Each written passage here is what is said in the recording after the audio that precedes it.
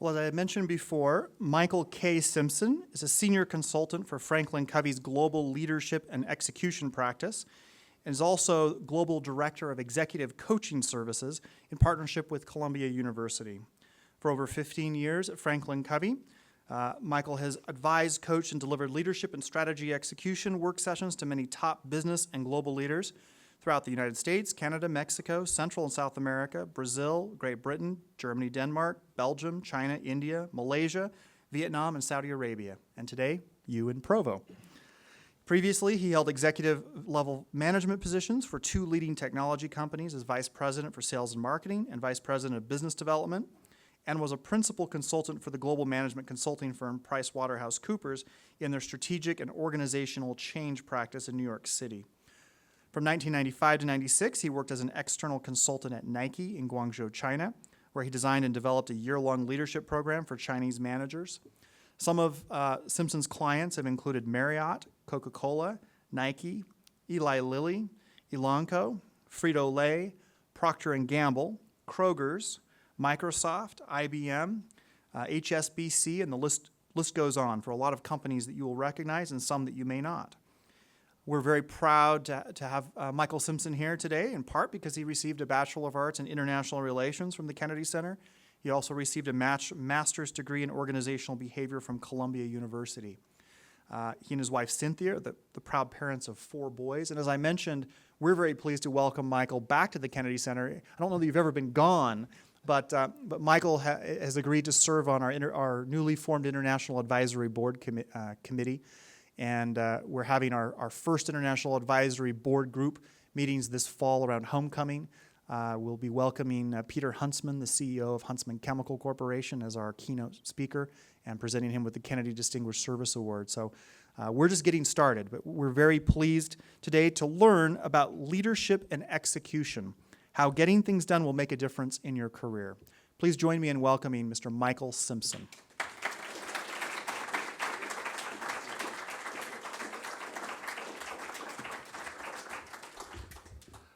Well, thank you. It's a pleasure to be here. I always get a little nervous when people clap before I even said anything, so thanks for the warm welcome. It's just a pleasure to be associated back with the Kennedy Center, and thanks to Corey and also Jeff Ringer, of which I've kind of tracked their progress over the years and have been sort of informally updated on the Kennedy Center and all the great workings here, and to a large credit, the vision and the mission and the resources and tools of the Kennedy Center really flow from their leadership and a lot of the great work they've done. Matter of fact, I'm reminded, Corey and I were colleagues at BYU together, and then Jeff, when I was working with the China Teachers Program that the Kennedy Center puts forward, they send about 65 teachers and professors to different universities in China.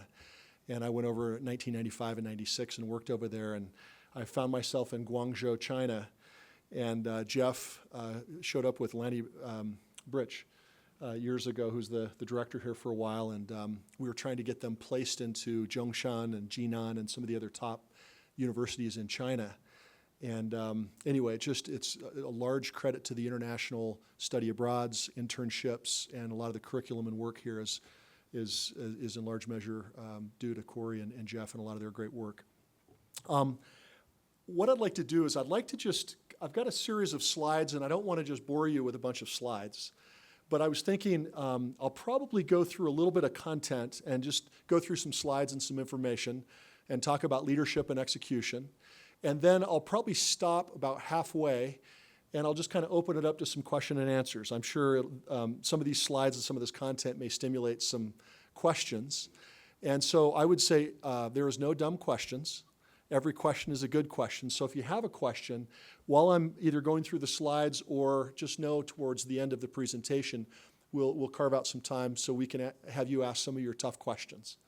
But as we kind of look at what I was thinking about for the agenda, and again, this will go pretty quick because we've only got about 50 minutes, but I'll talk a little bit about background. Jeff and Corey had asked if I would just share a little bit about my background and kind of my path from the Kennedy Center and a few experiences that have been sort of opened up as a result of my experiences here at BYU. I'll talk about executing on what is most wildly important. And when you think about the concept of leadership and execution, or you hear the word execution, what do you think of? Does it conjure up a lot of like warm and happy and fuzzy feelings? What do you think of when you think about execution? Yeah, either someone getting hanged. Results. Yeah, either execute or be executed, right? Yeah, getting it done.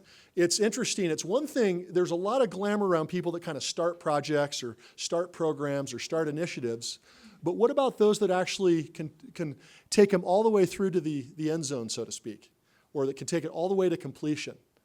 It's easy to start, but it's kind of difficult sometimes to execute and get things done.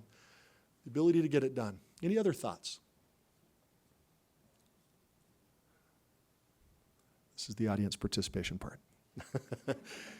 Thinking. So I think when you think about leadership and execution, it might also be inspiring and unleashing the talent and capabilities of those around you. That many times we won't just find ourselves as a solo person trying to execute, but we'll be at some point raised up within our careers or within our jobs, and we'll have teams and colleagues, and we need to unleash the talents and capabilities of others. Please. I think it kind of brings you to think about really careful planning, because execution is impossible without really carefully planning out what you're going to do first. Exactly. Yeah, absolutely. You need to spend a lot of time doing a lot of the heavy intellectual or thinking or strategic work prior to actually getting out and executing. Excellent. So we'll talk a little bit about that. I want to just introduce two tools. One's just on the power of focus. One is called a voice finder tool. Dr. Stephen Covey has made sort of popular through his 8th Habit book. He didn't get it right with 7 habits, so he had to create an 8th habit. And in the 8th habit, it's less about highly effectiveness. It's more about how do you find your own voice and help find the voice of other people, their mission, their passion, their contribution, et cetera. And then Dr. Jim Collins in his book, Good to Great, talks a little bit about this idea of a hedgehog concept, of which I'll introduce as well, and you'll get a chance to apply that to your career and some things that are important to you. And then I'll open up some time for question and answer. So just some quick background, and I don't want to bore you with this too much, but just I went through the Kennedy Center, and one thing that when I came to BYU, much like many of you, I sat in that seat, 26, 27 years ago plus, and I remember thinking, what do I want to do with my life? What kind of job am I going to get? How am I going to provide for my family? And I was asking a lot of the questions you're asking, both academically and professionally. And as I went on a London study abroad experience through BYU that changed my life. And I came back, going and studying in Europe. It's one thing when we were studying in the international studies, international relations program. But it was another thing when I was actually there looking at the Roman walls throughout Great Britain, or I was having to live in, stay with a family, and really sort of looking at this cross-cultural perspective, where I had a chance to go over to the continent and travel to 15 or so different countries, and just to kind of absorb and take in a lot of the plays and the culture. I came back and I was changed. And I said, I was going down this path of sort of business marketing, and I said, I really want to check into this international relations program. And so for me, I went in, kind of met with a couple people and read some of the information. I said, that's exactly what I want to study. The world's becoming increasingly smaller. The idea of understanding different cultures, different governments, different policies and perspectives was very enticing to me after having this experience in London. It was through the BYU experience that really changed this trajectory, if you will. Now that I look back, I'm like, that was a really smart decision. At the time, I was kind of like, I was praying about it, and I was trying to decide, and it kind of felt right, but I'm like, what am I going to do with an international relations major? But what was interesting is now more than ever before, the world is becoming increasingly more global, more complex. And it needs students and faculty and policymakers and decision makers like yourself that are going to come in and be able to, one, act in a principled, ethical way, and two, be able to have a global mindset, a global skill set, and a global tool set in order to work in this complex world. So I also had applied. I worked for Covey Leadership Center for about 8 years, And I was working while I was going to school, so I felt like I had a pretty good balance of both the academic and the business side. But as I kind of got into this Covey Leadership Center material, I really fell in love with a lot of leadership content and curriculum. And so I really kind of felt like I followed my passion, where some of my strengths were. Probably 6, 7 years into my work experience, I was thinking, I'm having all these great experiences working with companies and with government organizations, the Department of Defense, the DIA, EPA, U.S. Army Corps of Engineers, and a lot of different sort of corporate and government clients. And I thought, the people that I look up to, that I want to be like, they all had international experience, they had graduate degrees, and they had operating experience, of which I had none of those. And so I took a step back and I said, graduated from one of the finest universities in the world, was working for a great company, working with great clients and great content, but took a step back and said, what do I want to have different? And so from that perspective, I said I want to apply to different graduate school programs. And I applied to Columbia's, through Teachers College, they have the Department of Organization and Leadership. They have sort of a track there on consulting. I'd applied there and a number of other schools. And I also applied to the China Teachers Program because everything I had been reading, the shift was going towards China. But it wasn't like it is now where it's sort of commonplace, but back in 94, 95, everything I was reading, I thought, wouldn't it be great if I could get a phenomenal experience in China? Well, what was interesting is BYU happened to have a China Teachers Program. So I applied to that and to graduate school and got accepted to both within a 2-week period. So I deferred graduate school for a year, and I said, I really want to go on this BYU China Teachers Program. What was interesting is I was sitting in the same room here for our instruction before we left with a number of other professors and teachers. And President Henry, or Elder Henry B. Eyring, at the time was speaking to us. And he had just got back from Nanjing, and he said, I didn't really have this overarching spiritual experience going to China. But he said, every one of you that are going to China, I want you to remember this one thing. You are not going to go over there and convert all these Chinese people by placing Book of Mormons. He said, matter of fact, that may set the work back many years. He said, what we want you to do is respect the laws of the land in China.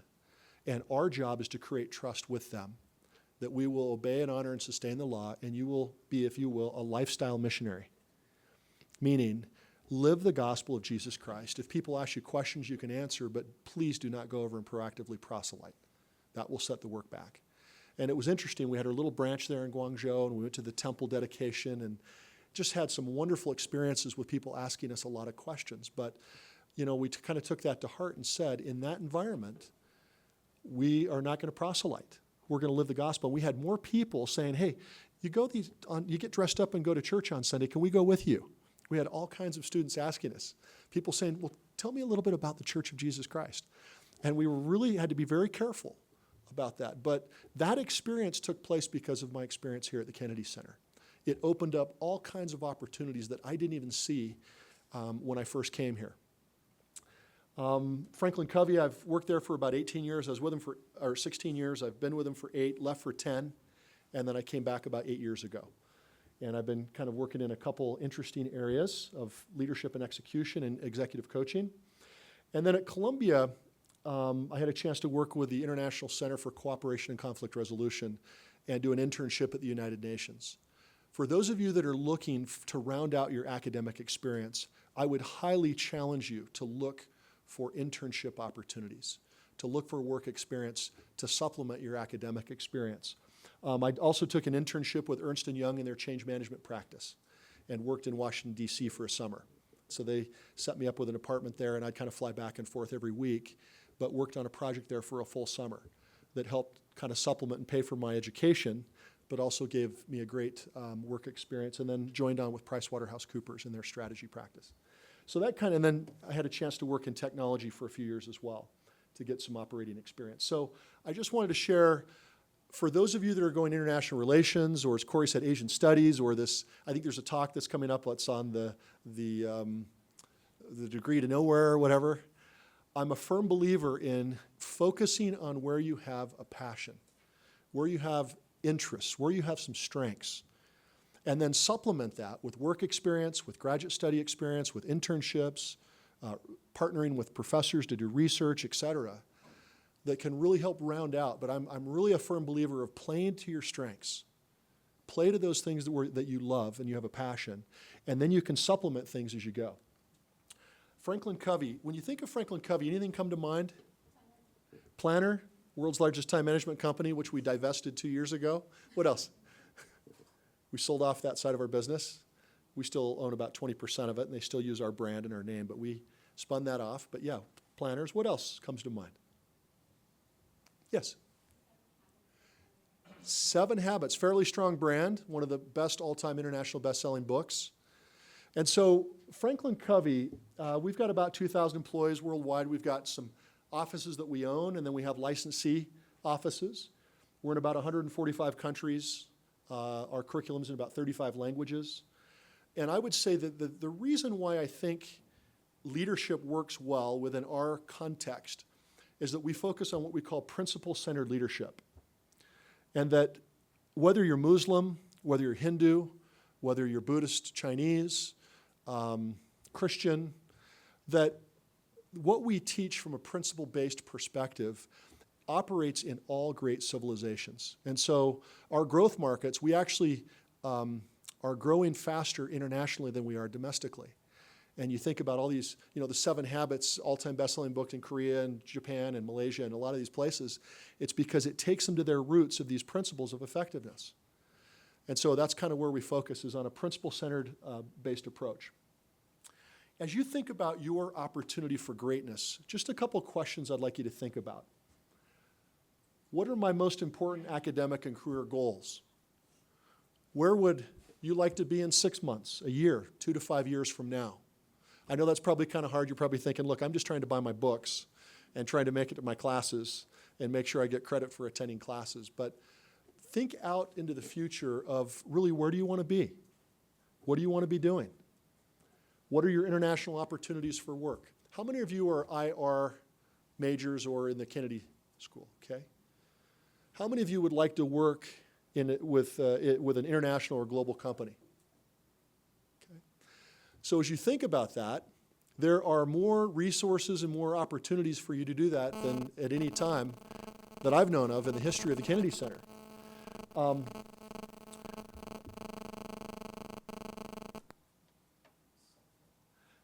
When you think about how are you going to differentiate yourself, we're becoming more global. It's becoming more competitive. But you really have to think about what's going to differentiate you from the person next to you or from someone from another school. Say they come from the John F. Kennedy School of Government, or they come from Georgetown, or they come from SEPA at Columbia, or these other programs from UCLA or Stanford, etc. How are you going to differentiate yourself? How can I play to my vision, my passion? How do you play to your strengths? Do I really know what my strengths are? You can play the game of playing to your weaknesses and trying to close those gaps your entire life, but that's probably not going to get you to where you want to go.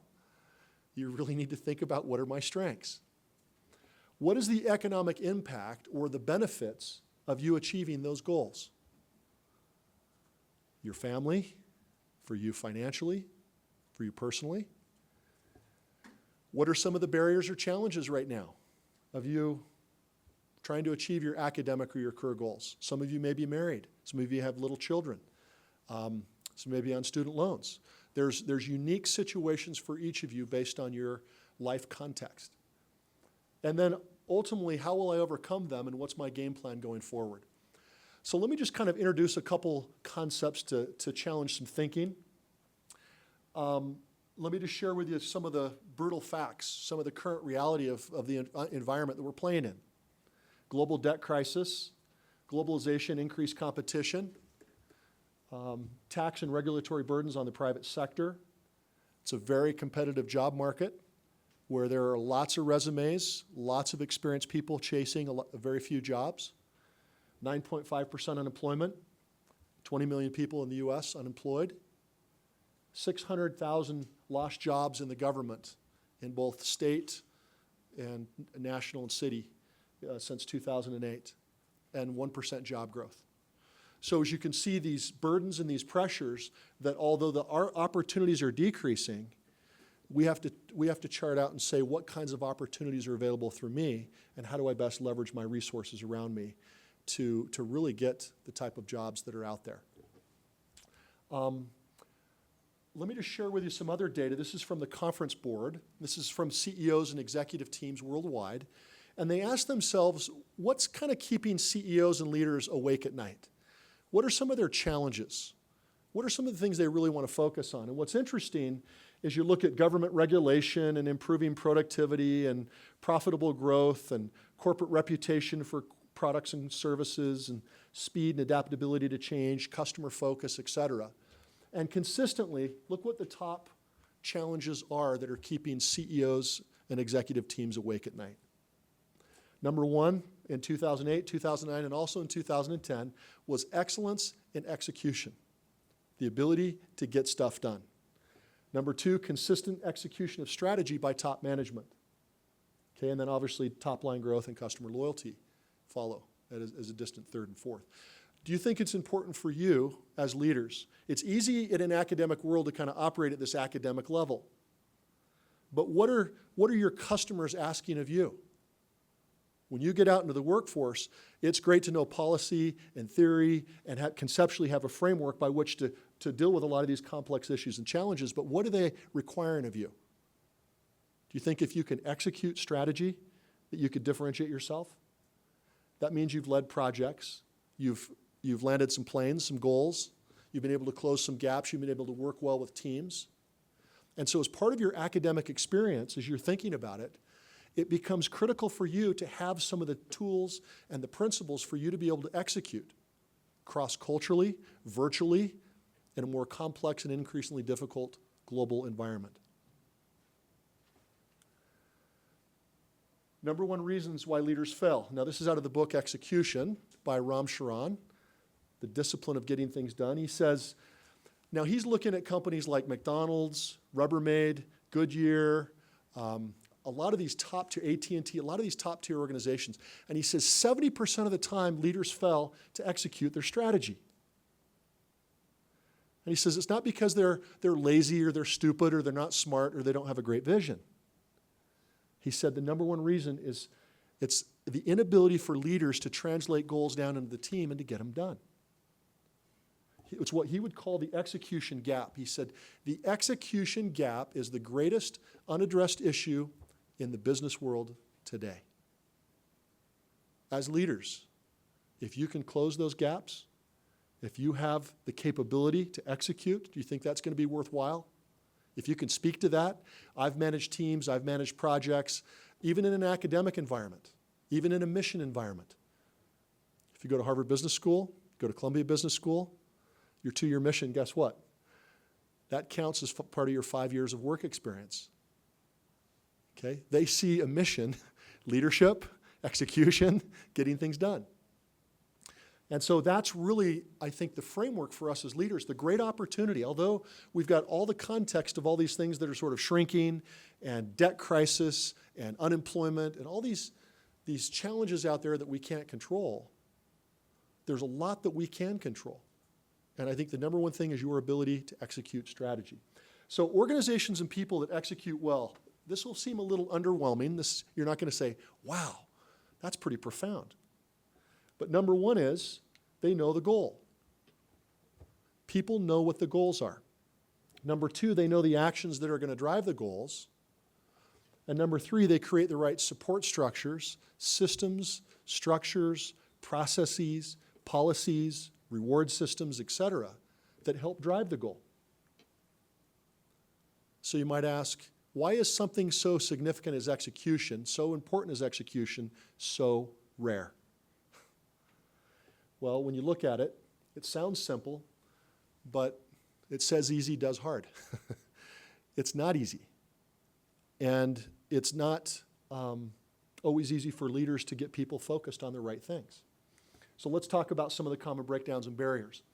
Number one is, and we've looked at 350,000 leaders globally across 20 different languages, 12 different industries, and we've said, what is kind of keeping you from executing your goals? Consistently, these 4 breakdowns and barriers show up. The data is, number one, people don't know the goal. There are either too many goals, they're too broad, they're too vague, they're not measurable, or they're conflicting. What's interesting about don't know the goals, we found in corporations, 44% of the people say, I know what the goals are. Guess what happens? When push comes to shove and they have to match, 1 and 2 levels down, 15% of the people actually know what the goals are. There's a lot of people that are operating without clarity. Number 2 is people don't know what to achieve the goals. They're working hard in the day job and a lot of urgent stuff, but are they working on the right things? And so do we have people lined up to approach and work on the right activities? Number 3, people don't keep score. If they do, they're just looking at lag data, profit, costs, EBITDA, return on capital, return on investment. A lot of the after-the-fact measures, revenue, expenses, costs, comes 30 days too late. It's too late for course correction. They're not looking at the right measures that are going to proactively help them attack their business. People many times show up at work and they will disengage from a game if they don't know what game they're playing. They're not keeping score on the game, and they don't know what they do on a daily basis that's going to drive the score. And so people aren't keeping score. And then third, people are not held accountable. We found that about 26% of the time, people will meet with his or her boss once a month to talk about how well they're doing on the goals. And the other time, people are just operating what we call the whirlwind, the day job, all those things that keep people busy, but they're not held accountable. Or if they are held accountable, they're being held accountable with a big baseball bat. And it's done in a very punitive way. And the quote I would say is, beatings will continue until employee morale improves. That this sort of big baseball bat comes out and it's more of a fear-based approach rather than a peer-to-peer accountability. Okay, so those are the barriers. Now, the 4 disciplines of execution, we went right from the data of what 350,000 leaders were saying, these are the things that are getting in the way of executing, and we said, let's talk about the 4 disciplines. Number 1 is, if people aren't clear on the goals, let's focus on what is truly wildly important. Not just a lot of the good, but what's great. Number 2, how can people act on the right kinds of activities, the right kinds of behaviors, the right kinds of drivers that will help accomplish the goal? If I want to lose weight, let's hypothetically say I'm 235 pounds, hypothetically. What are the actions that I could do that are going to help me lose weight? Daily or weekly? What are my behaviors? Eat less and exercise. So I'm going to hit diet and exercise. Now, if I want to turn those into behaviors, what could I do weekly or daily? It's nice to say diet and exercise, but what specifically? I could run 5 times a week or 3 times a week, get my heart rate up to a $125, right? So that would be one key lead measure. Number 2, if I'm going to, yes? Exactly. So rather than just counting calories, I'm going to look specifically at I'm going to have salads for dinner 3 nights a week. Or maybe I'm going to cut out soda pop. Or maybe I'm going to cut out my desserts. And I'm going to get very behavioral around what are the levers that can move this rock. Most of us manage to the rock. And we got to line up the right work that's the lever that's going to move that rock. And that's all we are. Between disciplines 1 and 2, we're looking at the actions and the behaviors every day or every week that's predictive and influenceable of moving that gap. And I'm going to track and monitor that every week. And then ultimately, I'm going to keep score. And every week, I'm going to stand on that scale, and Sunday morning, I'm going to say I'm either winning or losing. And either I got to modify or tweak those leads or not. And then ultimately, I'm going to create a cadence of accountability. Now, what does a cadence mean? It's a rhythm. It's a march. It's a step. Every week, I got 52 weeks in a year to get better, and I'm going to check in every week. Those are the 4 basic principles or disciplines. Now, we have a handout for you. It's called the Execution-Focused Leader. That's an article that I wrote with PricewaterhouseCoopers that went out to all of their global practice leaders worldwide. And I wrote it with a couple of my colleagues from PwC, Alan Hyatt, who's a BYU alum, and Amber Romine, who's in Washington, D.C. But that'll give you kind of an overview of some of the principles. I'm not going to spend, because of time, I'm not going to spend a lot of time. You can kind of get a 15-page sort of overview, and it goes a little bit more in depth into these principles. My challenge is this. This says easy, does hard. This is not easy to do. First off, if you don't have clear goals, you can kiss all these other principles of execution goodbye. You have to be able to frame the game of what is the gap? No gap, no goal. So let me just talk a little bit about some of the challenges that get in the way of you accomplishing these goals. One is what we call the whirlwind. The whirlwind are all of those things that are coming at you. It's urgent, but it's not necessarily important. It would be everything you need to do just to keep the lights on, just to keep your operations going. Let me put it this way. You got goals, on the other hand, that move forward your growth and your strategy and those things you want to accomplish. Let me put it this way. Would you have enough to keep you busy here at BYU in your day job, even if you didn't have any goals to move you forward strategically to your career path or where you wanted to go? What would those things be? What's that?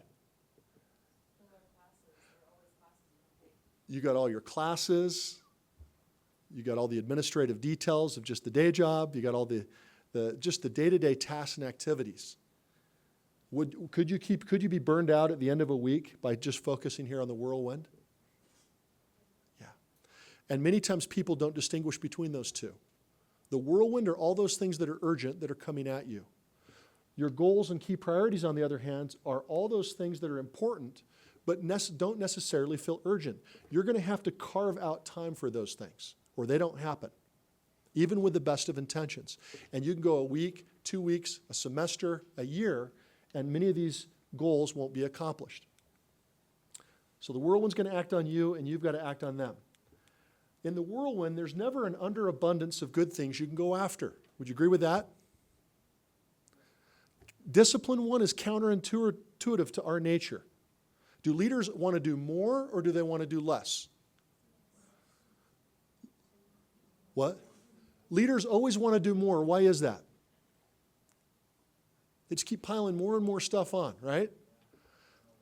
With the best of intentions, yeah, it's when you go to a buffet table, your eyes are always bigger than your stomach.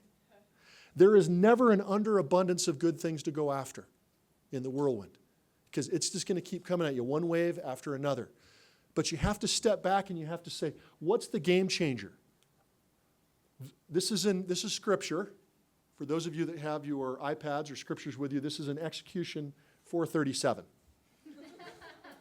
There will always be more good ideas than there's capacity to execute. There is a law of diminishing returns. The more you try and put on your plate over time, the less you will be able to get done. It requires us to focus, to narrow the focus. Based on our research, what we've seen, over a 1-year period of time, with your team or at an individual level, if you have between 1 to 3 goals, guess what? You can accomplish between 1 to 3 goals. If your goals jump up between 4 to 10, this is for projects as well, if we have any IT folks here, the likelihood of you to accomplish those is 1 to 2. It drops in half. You can push them forward, but you can't accomplish it with your finest diligence and effort. Now, what we'd say is if you have 2 or 3 critical projects, you land 1, you pull in 4. You land 2, you pull in 5. You land 3, you pull in 6.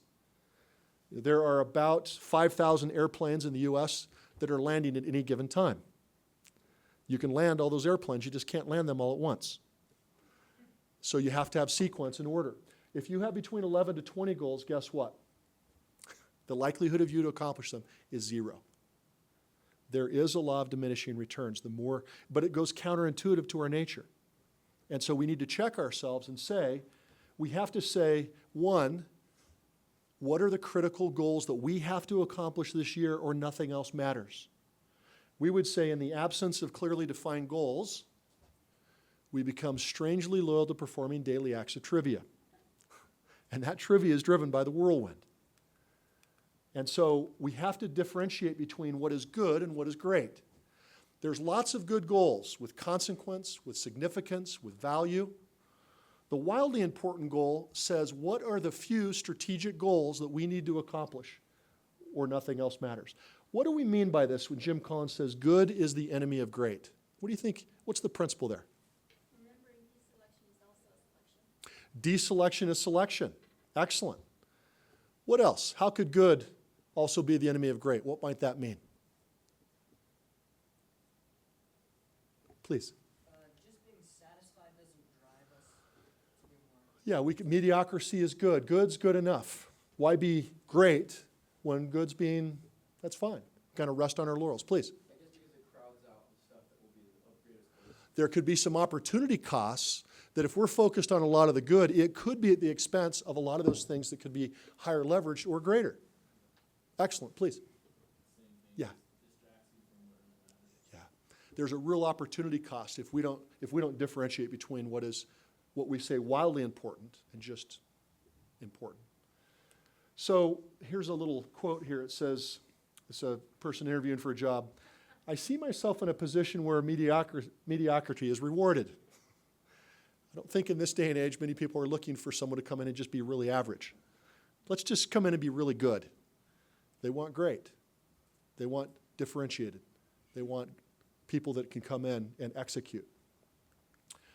Meg Whitman, the former CEO of eBay, she said, we have a limited number of resources. What is the best focus that we can have? All key decisions can be characterized by focus, focus, focus. The COO from Apple recently said, around this table we have about $80 billion worth of product. We know who we are and what we are, and we know what we're not. And we know that on this table we had to say no to not only a lot of good decisions, but a lot of great decisions.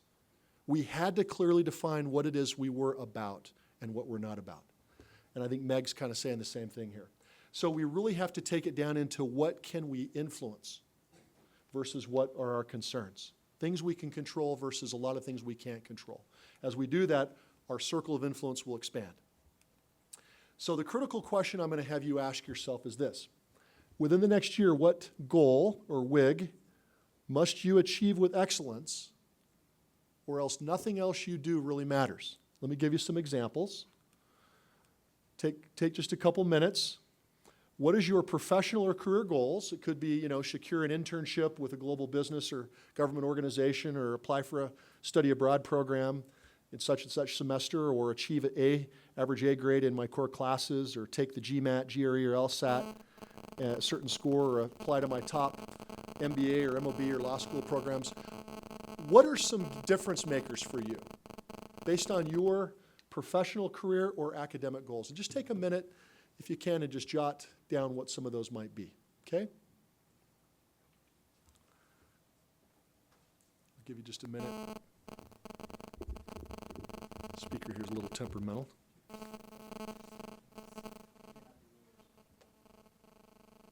me turn that off. Thanks. You're right. You've done this a few times. Just take a minute and kind of think about some of those, and then I'll kind of wrap up here with a couple of the tools that I at least want to just introduce.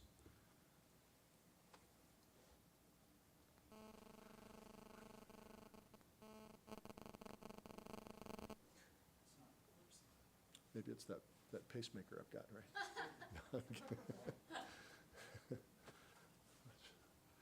Okay, so hopefully this will just give you a couple ways to kind of frame your thinking around professional career or academic. If you're sort of early into your academic career, there might be some very specific targeted academic goals, or as you think about your career, internships or different kinds of work experience, et cetera. Marcus Buckingham, in his book, Now Discover Your Strengths, has said leaders must develop a systematic process to help people find out and clarify what their strengths are and how to capitalize on them. You've got it right there. This is actually the book. He says many corporations, many organizations will do what they call a gap analysis or 360. And they spend their whole life trying to close gaps on their weaknesses. He said it's good to know your weaknesses and overcome them, but you have to play to your strengths. And many people don't know what their strengths are. And so just like in your career or academic pursuits, professional pursuits as well, you have to ask yourselves, where am I strong? Where are my gifts? Where are my talents? And so as you look at that, these two tools I just want to introduce you to, and again, we're not going to have time in this quick setting here to go through them. I'm just going to introduce them. But I want to challenge every one of you to go home and to really spend some time with these two tools thinking about what is your voice? What do we mean by voice? Your purpose, your mission, your contribution. What does the voice entail? What is the need in society? Is there a need in government? Is there a need in education? Is there a need in business? Where's the gap? Where's the opportunity? Is it within your team at work? And then you have to ask, what do I love doing? What am I passionate about? What keeps me awake at night? And then you need to look at your talents. What do I do best? What are my natural gifts? And then third, what is my conscience, my gut? We would say in this environment, what is the Spirit telling me to do? And then ultimately is your unique contribution, is that area in the middle. Next is what we call a hedgehog concept. And let me just introduce this real quickly. Number one is Jim Collins in his book, Good to Great, talks about the hedgehog concept, which is a hedgehog does one thing really, really well, and companies that were great understood what they did well, and they were maniacally and disciplined and focused on that one thing. And it answers these three questions. What are you deeply passionate about? What drives your economic engine? How are you going to make money at it? It's great to be passionate about something, but if you can't make money at it, you may want to question that. And then, what can you be best in the world at? Love the fact that he finishes that question with a preposition. Don't ask me why. And then, you're committed to pursue your focused areas with strength, relentless discipline, and consistency. This is another way for you to start targeting and thinking about your career, both professionally and academically. Would like to challenge you to think about those questions as well. And this is from Sir John Harvey Jones. He says, the nicest thing about not planning is that failure comes as a complete surprise rather than being preceded by a period of worry and depression. So, failing to plan is planning to fail, right? And we all need to spend some deep time. We get caught in that whirlwind, the day-to-day. We need to take a step back for us and or our team and think about these things. Really, I'm fine, boss. It was just a fleeting sense of purpose. I'm sure it'll pass. So hopefully this isn't this fleeting sense of purpose that will pass, but this will be something that will be a game changer for you. As I look back at my career and the Kennedy Center and what this university and the resources that it's provided for me, I don't know if I could express it in words, how grateful I am to BYU, to the Kennedy Center, and to all of the resources and the things that just took my mind, and it was like a camera shutter experience. It just opened it right up, and you kind of see these flashes of light where you begin to see some of this stuff about your passion and your interests and where your natural gifts and talents are. And from that place is a place for you to chart your future.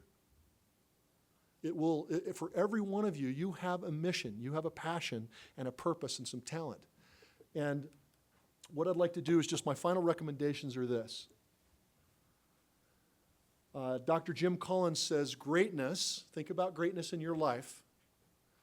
Greatness has nothing to do with environment, circumstances, conditions. Greatness is always a matter of choice. Always a matter of choice.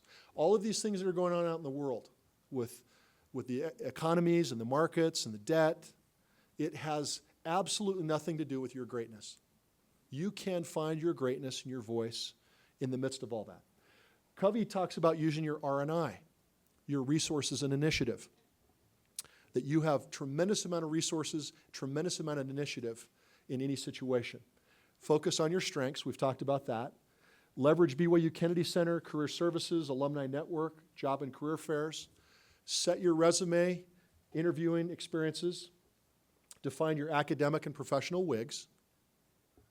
Aim as high as you can academically and professionally. Don't be limited by your weaknesses. Aim as high as you can, and doors will open. Okay? Prepare and practice. Showcase your education, job experience, skills, your professional characteristics. Be disciplined. Have a plan. Sacrifice and be willing to do what other people are not willing to do. You did that for your missions. You've done that for entrance into BYU. Very competitive place here. Be willing to do things that other people are not willing to do. Look for global experience, internships, practical work experience, study abroads, co-publishing articles, research experience, etc. And last, from our context, being members of the Church of Jesus Christ of Latter-day Saints, remember to fast and pray and make this a private matter between you and your Heavenly Father. Spend time in the temple. Read your patriarchal blessing. That literally never lose sight of the Lord's hand in your life to build up the kingdom of God here on this earth. That He will guide you, He will direct you, and He will raise you up and open up doors and windows of opportunities. I've seen it in my life. Even something as silly as my major of going into IR, I prayed about that, and I felt very inspired. And I'll tell you, it's blessed my life considerably as a result of choosing this major. So for you, I wish you all the best. I would say have fun on the journey. This time has gone very fast, so I'm sorry we don't have as much time for Q&A, but I will take just a few questions. If anyone has any questions before we close here. Any questions at all? Please. For those of you that I have to scoot on to another class or whatever, feel free to transition, and thank you for taking time out of your busy schedules to be here. I'll field questions just for a few minutes, if that's okay. Judgment seems to be one of the fundamentals, characteristics of leadership. How do you develop judgment? Good question. Wisdom and judgment obviously comes from experience. And I think a lot of times either being around leaders that do really, really good things well, or some of the best judgment, I think, from my perspective, is being around leaders that were not good leaders at all. And realizing they're doing certain things that I want to make sure I never do those things if I'm leading a team or as I'm interacting with other people. And so I think both good and bad experiences, we see good models, and then we also see models that are not so good. And I think our judgment really does come from experience, both good and bad. I think also in an academic setting, you can get a lot of sort of models and perspectives and different theories to help frame your perspective on leadership as well and make it more broad. But I think a lot of it's jumping in the fire and just testing it out through experience, learning through experience. And I think a judgment comes from there. That's a good question. Other questions? Please. From a leadership perspective, how do you take the things that you've been teaching us and, from a leadership perspective, how do you take the things that you've been teaching us and help other people understand and learn it? Yeah. There's two ways. Number one is, I think, first modeling it, applying it, setting a goal, narrowing the focus, creating the lead measures, scoreboarding a bit, accountability. I think trying to model it is probably the best method of influence, but also giving it away, teaching them. If you're managing a team, just say, hey, I come across some principles that I think might be helpful for us. Let me share some of these with you. And then I would ask the question, how do you think we might be able to apply some of these principles in our team environment? How many goals do we have? Do we understand what the right activities are? And then solicit them in by letting them do some of the heavy lifting. But I would do a reteach of some of the content and then ask them how that is going to apply, while you're kind of seeking to model it as well. You know, this is the whirlwind, a lot of madness going on there. What are we going to do that's going to be a game changer for us? Move us forward. Please. One of your first charts was excellence in execution was the most important factor for the CEOs. Yeah. So I guess what you're saying is quality, right? The quality of your product is. We didn't really talk much about that, but is that what we're saying when we say excellence in execution? Quality of product and service was on there, but it was about 6 or 7, and you know, so they hit ability to change. They looked at innovation. They looked at top line growth. But the execution would be, if you have a strategy that's going to take you out to market, your team's ability to execute on that strategy really becomes the difference maker. Because a lot of times most teams don't execute very well. Matter of fact, they blame really well. They can point fingers, they can fault find, they can, you know, sit on their hands and lead to inaction. But really the ability to land those planes and to execute and to translate that down is a big gap. And so, you know, Quality of products, quality of services, critical, but the ability for a team to be able to execute those products and those services out into the marketplace or to those key customers they serve would be the gap. Let's go here, and then we've got one here. I don't know if I can put you on the spot just a little bit and Please see, do. And ask you what, at this point in your professional career, what would you say your biggest wigs are that you're kind of working towards? Well, I've got my Hedgehog right here. This goes out to 2015 in my vision with some of my key sort of strategic initiatives. But, you know, for me at work, I've got three. I've got a delivery role where I spend about 70% of my time, and I'm about 12 to 15 days a month.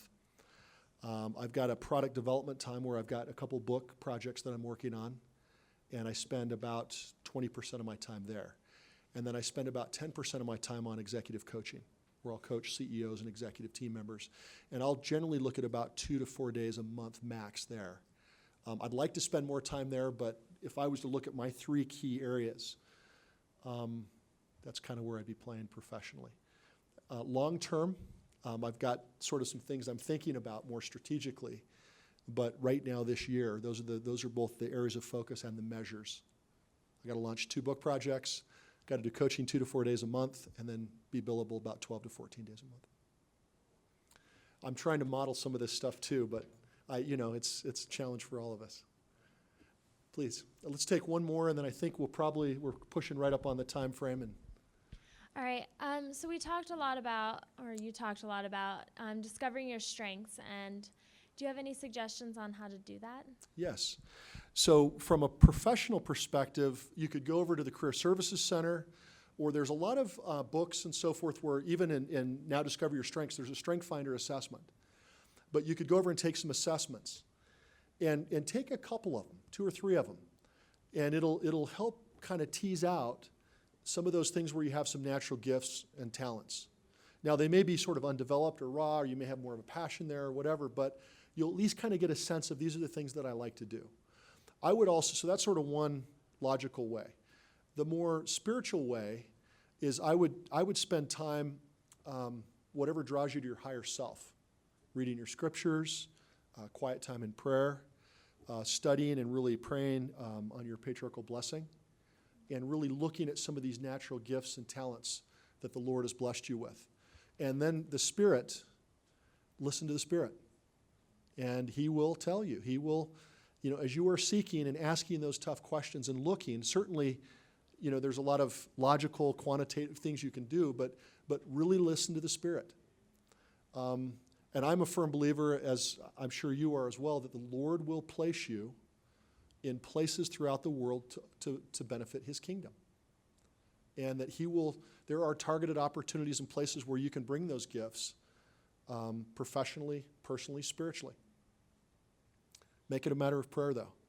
And I would even say I left out the temple, but spend time at the temple as well.